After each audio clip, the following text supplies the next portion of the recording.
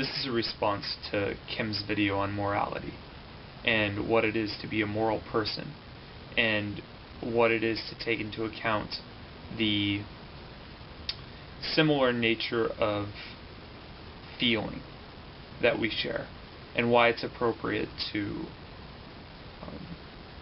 be considerate to other people and how they're feeling. It's such an interesting concept, morality.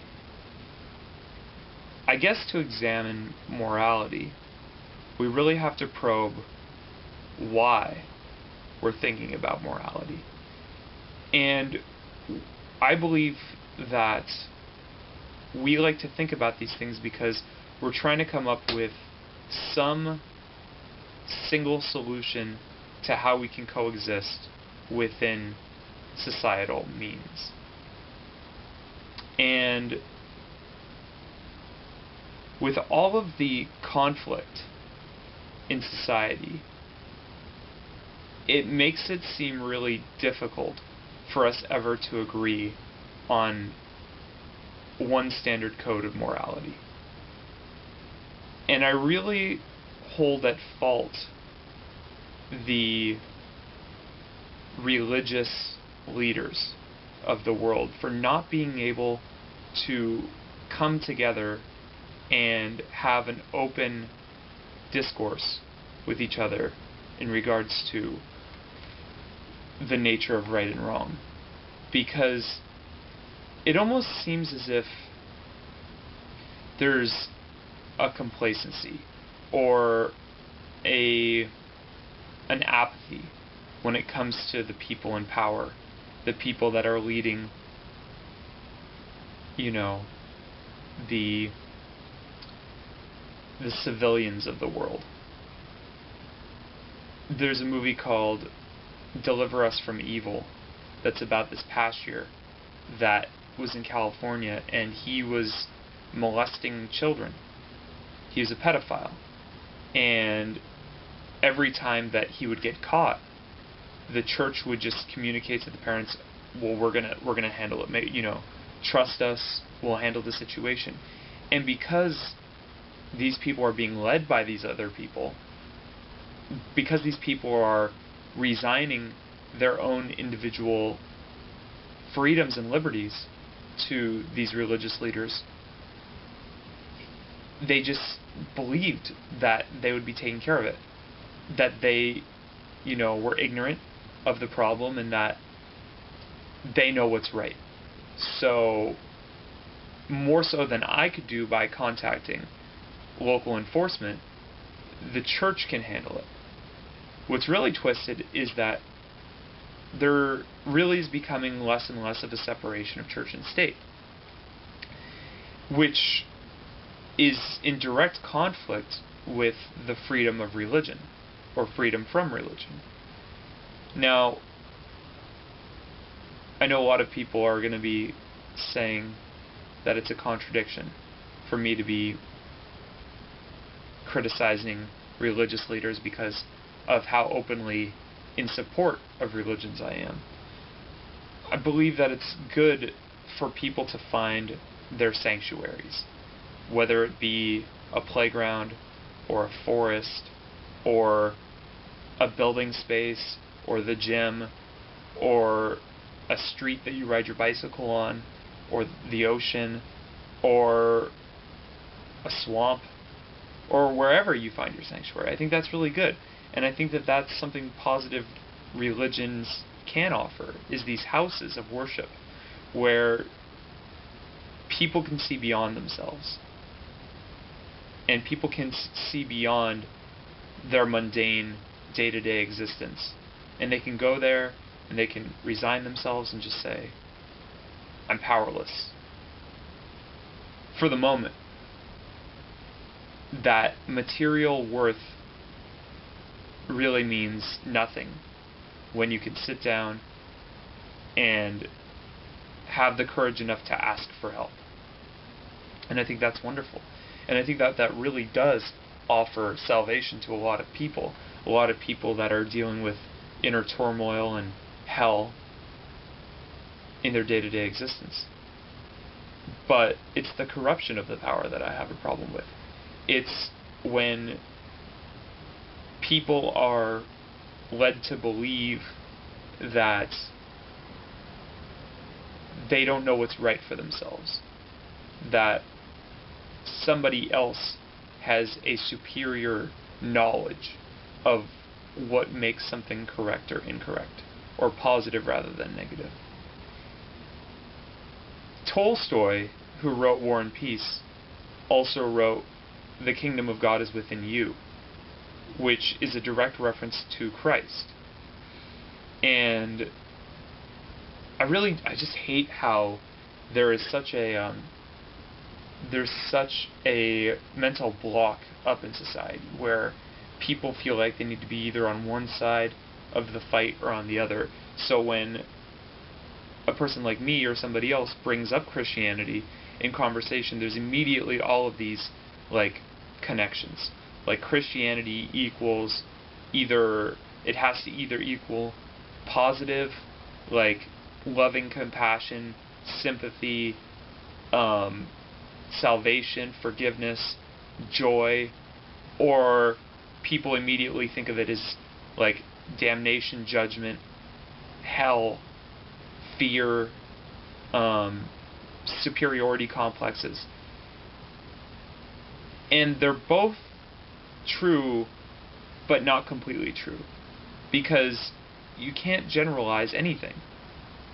That's what it is. You cannot generalize anything in this world. Nothing is so simple that it's either on the side of purely positive or purely negative. That exists on the spiritual realm, in my estimation, in my belief, but not on the material world, because we're constantly dealing with the inner struggle of figuring that stuff out for ourselves. So it's once we get to the point of information where we have that all figured out, that's enlightenment, and that's transcendence. And I've never transcended, and I don't know anybody that has. And if they have, they're definitely not going to be making a video as a Bodhisattva anytime soon. Bodhisattva, rather. But getting back to the point, it's like if people are seeking guides, that's one thing. And I would hope that people feel confident enough to understand what's a positive force or a positive influence in one's life. And ultimately, the very weak people will be led astray. And hopefully, they'll find a positive source of reinforcement so that they can regain empowerment in their lives. But many times, a weak person will seek guidance and find it in I hate to say a wrong place, but in a place that's ultimately leading them towards slavery. A slavery towards another person's selfish ambitions or objectives. What am I saying? Basically, I'm saying that morality is a very personal decision. And I like what Kim said when she said, "Do unto others as you would have done unto you." The golden rule is expressed in every major religion across the world. The golden rule is the one universal shared by all religions, and it's really the only thing that we can hold ourselves to, because if we are truly treating others as we would want to be treated, then when we are being critical or judgmental or harsh to another person, if we are living, eating, breathing, sleeping, dreaming the golden rule, then we honestly do believe that we're doing others a favor. Like right now, I believe that I'm living in accordance with my system of morality, because I am expressing myself publicly to you, and I hope that you express yourself publicly to me and all those that would be willing to hear you.